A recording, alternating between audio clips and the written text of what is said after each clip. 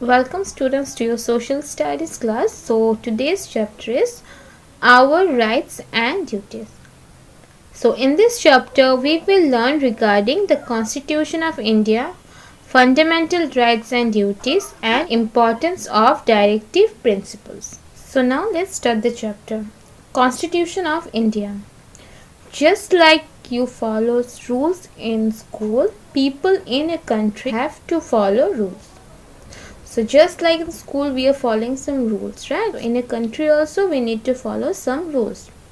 These rules are written in a book called the Constitution of India. So the books where all these rules are written is called the Constitution of India. These rules are made so that every Indian can lead his or her life in peace and harmony as a citizen of this country. These rules are written so that one can lead a peaceful life, okay, as a citizen of this country. The Constitution of India tells us how the country should be governed.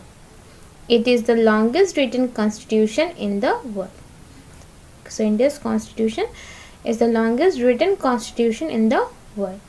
It includes the methods, powers and duties which must be followed by the government institution.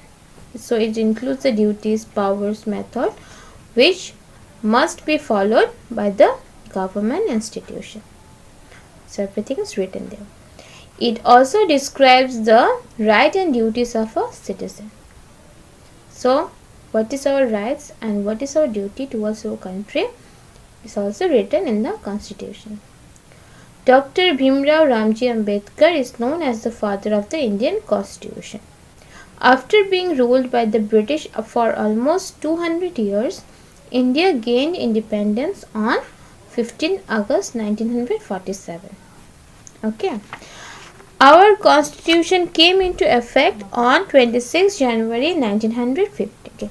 So it became effective on 26 January 1950. This day is celebrated as the Republic Day. So one shorthand has been given here. In 1950, the Constitution had 395 articles in 22 parts and 8 schedules. Okay, and it took 2 years, 11 months and 18 days to write it. So it's the time duration taken to write our Constitution. Okay. Now fundamental rights. Every citizen of India enjoys some basic human rights which are called the fundamental rights. If these rights are denied, one can go to the court of law. So if we are denied to use these rights, we can go to the court of law. There are 7 fundamental rights which are written in the Constitution of India. But however, right to property has been removed. So now we will learn regarding the rights. The first one is the right to equality. Every citizen is equal before the law. There will be no difference on the basis of religion, race, caste, gender, like male or female, or place of birth. So there should not be any discrimination on the basis of this. It means that all citizens should be treated equally. Second is right to freedom. So it includes freedom to speak and think freely and express our opinions freely. So this right gives us the freedom to speak up, to think and to express our opinion freely.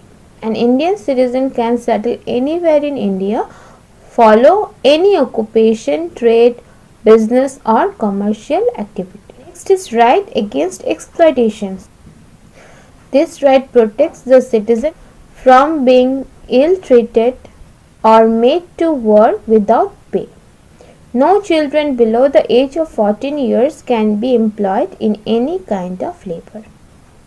So according to this right, citizens should be treated and paid properly, and children who are below the age of 14 years cannot be employed in any kind of labor. Okay, it's illegal. Now, right to freedom of religion. India is a secular country where every citizen has the right to follow any religion. Secular country means here people of different religion live together, right? And here every citizen has the right to follow any religion. Cultural and educational right. Every person has the right to get education and also get admission into any educational institution. All groups who are less in number, that is the minorities, can develop and preserve their cultures. Means we have the right to get education in any educational institution. There is no restriction. Right to constitutional remedies. Every citizen is protected by the law and treated equally. In case if any of the fundamental rights are denied or taken away, a citizen has the right to approach the highest court in the country, that is the Supreme Court. Okay, so if anyone denied us of a right, we can approach to the Supreme Court, which is the highest court in the country. Okay, so a short note has been given here. India is also called a parliamentary democracy. The Indian Parliament has two houses. The one is Lok Sabha and the other one is Rajya Sabha. The Parliament makes law for the entire country. Okay, so here laws are being made. And the next one is right to education. So according to this right, every child between the age of 6 to 14 years has the right to get free and compulsory education. As the citizens of India, we all enjoy certain fundamental rights, but along with this, we also have certain duties towards our country, and these are called the fundamental duties. So we also have some duties towards our country, and those duties are called the fundamental duties.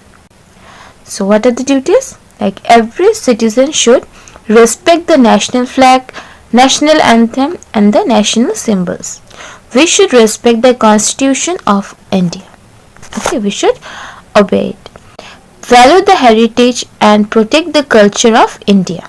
We should also protect the natural environment and public property. Okay, we should feel proud of our country. Help in the defense of our country and protect our country in times of danger.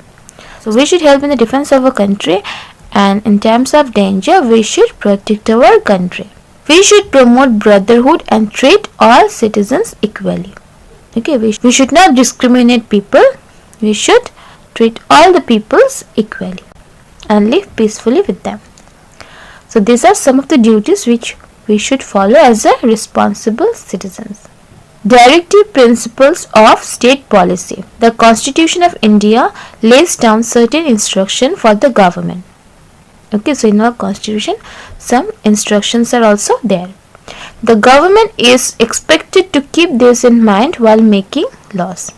These instructions ensure that the government works for the welfare of the people. So some of the guidelines include to provide work for everyone, to give work to everyone, equal pay for equal work for both man and woman. So there should not be any discrimination in gender. Proper working condition in the area of work. The working condition should be proper, ensuring that every child gets free education.